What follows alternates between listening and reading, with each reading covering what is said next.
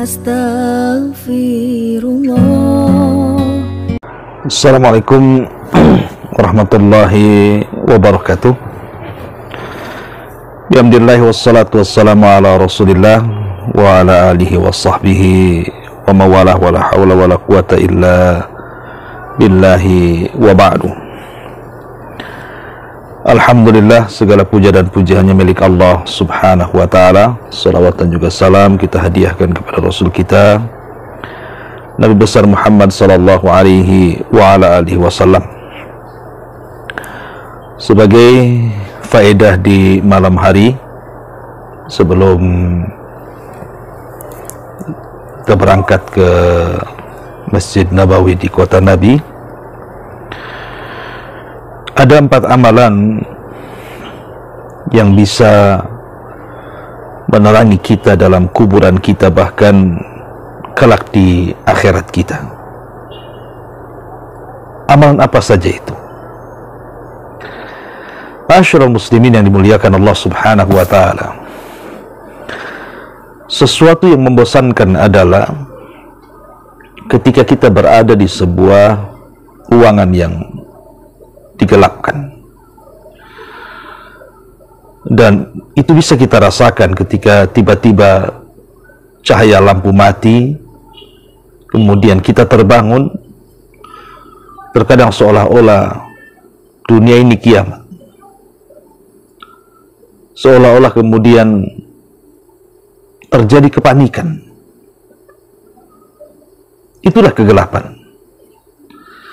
Tapi ketika kemudian datang cahaya, maka hati yang sempit kemudian menjadi lapang kembali dan hilang rasa takutnya.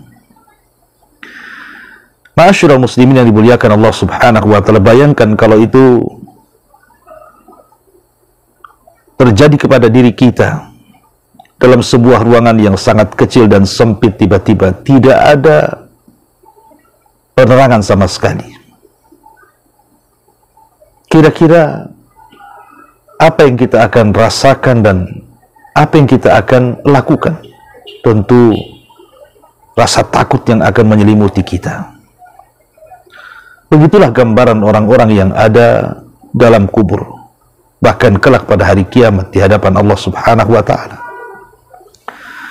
Tapi dengan rahmat Allah subhanahu wa ta'ala dan kasih sayangnya, ada amalan-amalan yang dengan amalan itu kelak kita akan diberikan cahaya, bukan hanya sekedar cahaya, tapi cahaya yang sangat sempurna untuk menerangi kita dan mengarahkan jalan-jalan kita menuju Allah subhanahu wa ta'ala, baik dalam kuburan kita ataukah setelah kelak dunia ini dikiamatkan dan berada di akhirat kita.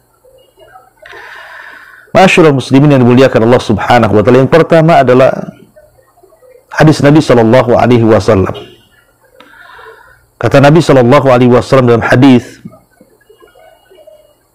yang disahihkan oleh Syekh Nasiruddin Al-Albani rahimahullah ta'ala, dan hadis ini dikeluarkan Imam Abi Dawud dari sahabat Buraidah ibn Husayb dan juga Anas ibn Malik dan Sahal ibn Sa'ad radhiyallahu anhum. Nabi sallallahu alaihi wasallam mengatakan, "Basyiril masya'ina fi dhulami ilal masajid bin nurit tami yaumal qiyamah." Beri kabar gembira kepada orang-orang yang berjalan kaki di tengah-tengah kegelapan malam hari, kaki-kaki mereka melangkah ke masjid-masjid, maka mereka akan mendapatkan cahaya yang sangat sempurna pada hari kiamat. Sebagian para ulama hadis mengatakan bahwa yang dimaksud di sini adalah orang-orang yang berjalan saat melaksanakan sholat isya dan saat melaksanakan sholat fajar. Karena 2 waktu inilah ketika dunia ini digelapkan oleh Allah subhanahu wa ta'ala. Maka beruntunglah Anda yang senantiasa menjaga sholat isya tepat waktu dan juga sholat fajar tepat waktu, maka Anda akan mendapatkan cahaya yang sempurna kelak pada hari kiamat, baik dalam kuburan kita ataukah setelah dunia ini dikiamatkan dan kita menghadap Allah subhanahu wa ta'ala. Ma'asyiral muslimin yang dimuliakan Allah subhanahu wa ta'ala, Kemudian yang kedua, sebuah hadis yang dikeluarkan Imam Ibn Hibban dari sahabat Abdullah bin Amr radhiyallahu an, Nabi sallallahu alaihi wasallam mengatakan, la tantifu asy-syaiba, la tantifu asy-syaiba, fa innahu ma min muslim yashibu syaibatan fil Islam illa kanat lahu nuran yaumal qiyamah. Janganlah kalian mencabut uban-uban yang ada di kepala kalian, karena tidaklah seorang muslim mengeluarkan uban di kepalanya dalam Islam, maka kelak uban itu akan menjadi cahaya bagi dia pada hari kiamat.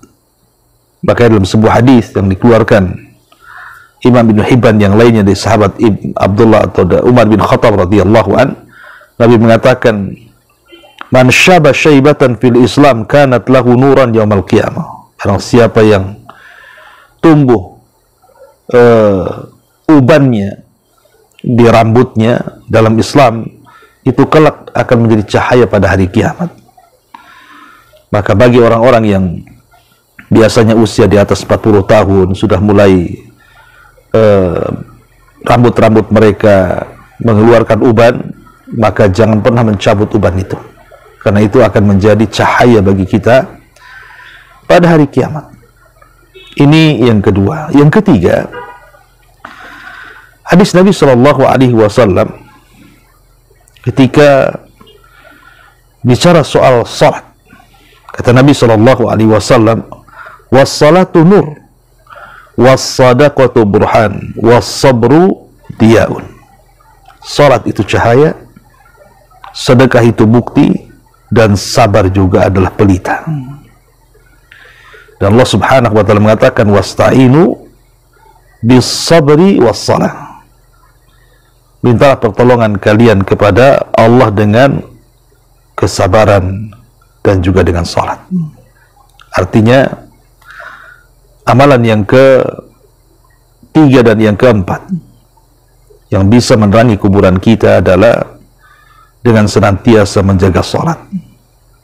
Secara umum, salat 5 waktu dan juga salat-salat sunnah yang disunahkan kepada kita. Maka siapapun yang mereka rajin melaksanakan salat 5 waktu ditambah dengan sunnah-sunnahnya, maka salat-salat itu akan menjadi cahaya bagi kita setelah kematian kita, bahkan di akhirat kita di hadapan Allah Subhanahu wa taala. Kemudian sabar, karena sabar adalah dia pelita juga, dan pelita juga bentuknya cahaya dan akan menerangi kita kelak pada hari kiamat. Hadis ini dikeluarkan Imam Muslim, dan tentu yang terakhir sebagai tambahan adalah doa, karena ketika Nabi Shallallahu Alaihi Wasallam mendoakan Abu Salamah saat Abu Salamah ini dicabut nyawanya oleh Allah Subhanahu Wa Taala, maka salah satu doa yang dipanjatkan Rasul kepada Abi Salamah yang meninggal kala itu adalah wa absih lahu fi qabrihi wa nawwir lahu fihi. Ya Allah, luaskan kuburannya dan berikan cahaya di dalam kuburannya. Maka doa juga adalah salah satu amalan yang bisa menerangi kuburan-kuburan kita. Saya ulas. Pertama, menjaga salat isya dan salat subuh secara khusus. Kemudian yang kedua, menjaga uban agar tidak dicabut. Kemudian yang ketiga, melaksanakan salat 5 waktu dan salat-salat sunnah yang lainnya. Kemudian yang keempat, bersabar. Kemudian yang terakhir, yang kelima adalah berdoa kepada Allah Subhanahu wa taala. Inilah 5 amalan yang bisa menerangi kuburan kita dengan cahaya dari Allah Subhanahu wa taala. Bahkan kelak saat kita juga meniti tian siratal mustaqim juga kita berhajat kepada cahaya. Dan 4 atau 5 amalan inilah yang salah satu penyebabnya Allah Subhanahu wa taala akan berikan cahaya kepada kita. Inilah sebagai faedah malam hari. Mudah-mudahan ada manfaatnya. Subhanaka bihamdika asyhadu an la ilaha illa anta astaghfiruka wa atubu ilaik. Allahu ta'ala alam. Assalamualaikum warahmatullahi wabarakatuh.